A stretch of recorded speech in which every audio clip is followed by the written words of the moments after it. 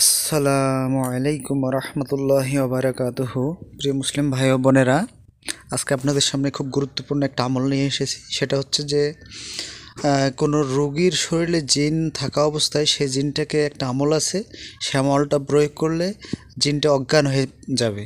ঠিক আছে, অনেক সময় রোগীকে ঝাড়ফুঁক করার সময় দেখা যায় যে যে জিনটা ওর শরীরে থাকে সে অত্যন্ত জাদুকর এবং শক্তিশালী জিন।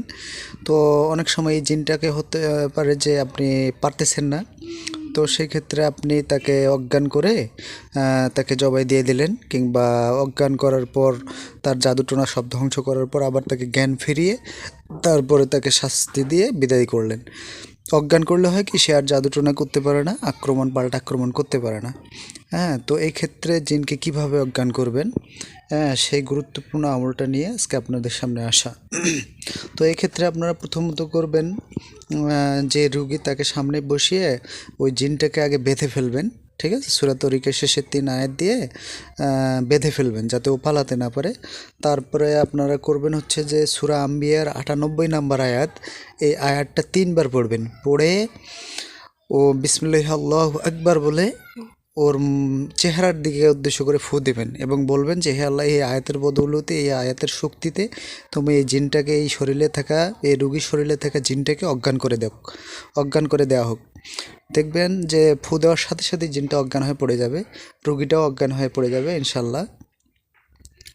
তো পরবর্তীতে আপনারা অজ্ঞান হয়ে যাওয়ার পর ওই জিনটাকে জবাই করে দিতে পারেন, কিংবা বন্দি করে দিতে পারেন, কিংবা ওর জাদুটোনা ধ্বংস করে আবার পুনরায় জ্ঞান ফিরিয়ে নিয়ে আসতে পারেন।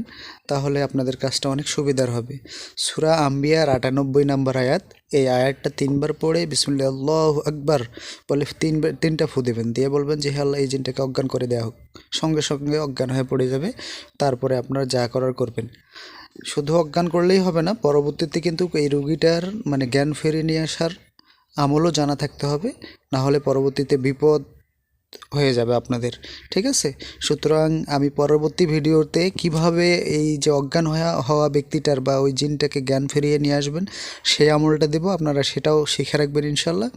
তারপরে ওটা শেখার পর আপনারা অজ্ঞান করবেন, না হলে কিন্তু বিপদে পড়ে যাবেন, আগেই বললাম। ঠিক আছে, সুতরাং আপনারা এইভাবে জিন জাদুর কাজ করতে পারেন, ইনশাল্লাহ সফলতা আসবে।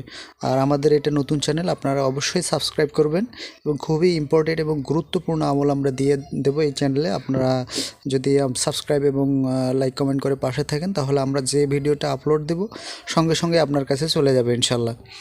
তো আপনাদের কাছে এতটুকুই আমাদের আশা। আপনারা শুধু লাইক কমেন্ট এবং সাবস্ক্রাইব করবেন, আর আমাদের জন্য দোয়া করবেন, আমরা যেন খুব শীঘ্রই মানবজাতির কল্যাণে কাজ করতে পারি। আসসালামু আলাইকুম রহমতুল্লাহ।